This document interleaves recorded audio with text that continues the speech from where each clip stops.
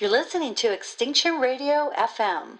Listen to the podcast at extinctionradio.com. Can you tell us a bit about your own upbringing and how you came to join the dots about near-term human extinction? I was raised in a Bible-thumping fundamentalist Christian family in the buckle of the Bible Belt in northern Indiana in the U.S. I became really good at was spotting the hypocrisy in my family and in fundamentalist Christianity. Fortunately, I didn't have the personality of a shrinking violet, and so I was very much a challenge for my parents to deal with. I also knew very early on that I was different in a way that I couldn't give words to, but in my adolescence, I realized I was gay, and I've written an entire autobiography about that entitled Coming Out of Fundamentalist Christianity, which gives all the gory details. That looks great. Yeah, I'm really looking forward to reading that.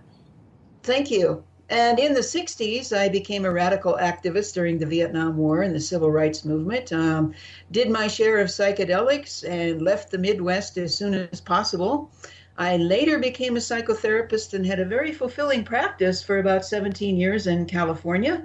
And then I moved to the American Southwest. And for a couple of decades, I was your basic mainstream liberal.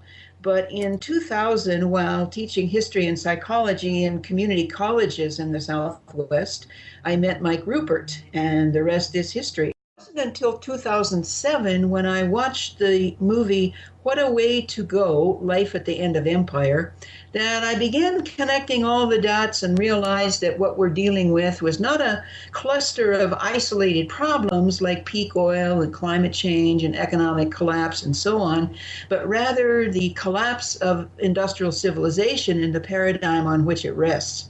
Now, naturally, given my training many years earlier as a psychotherapist, I wondered how this was going to affect people emotionally and spiritually, so I started writing about that in 2009 with the publication of Sacred Demise.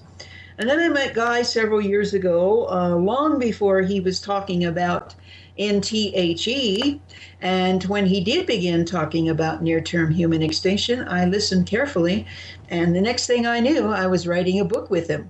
So that kind of brings us up to where we are now. And that book is called Extinction Dialogues, yeah? Yes, Extinction Dialogues, How to Live with Death in Mind. I believe there's a groundswell of people gradually waking up to catastrophic climate change and NTHE. And right on the tail of this, we desperately need some kind of support system or network that provides the emotional and spiritual support for people who are waking up and don't know how to deal with this. Yep. For example, both Guy and I are now doing grief workshops. And although our approach is different, we need to be creating more options like this for people to have support.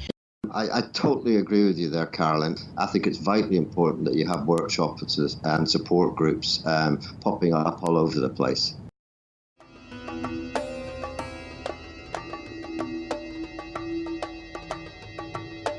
I'm now accepting the reality of the surreal.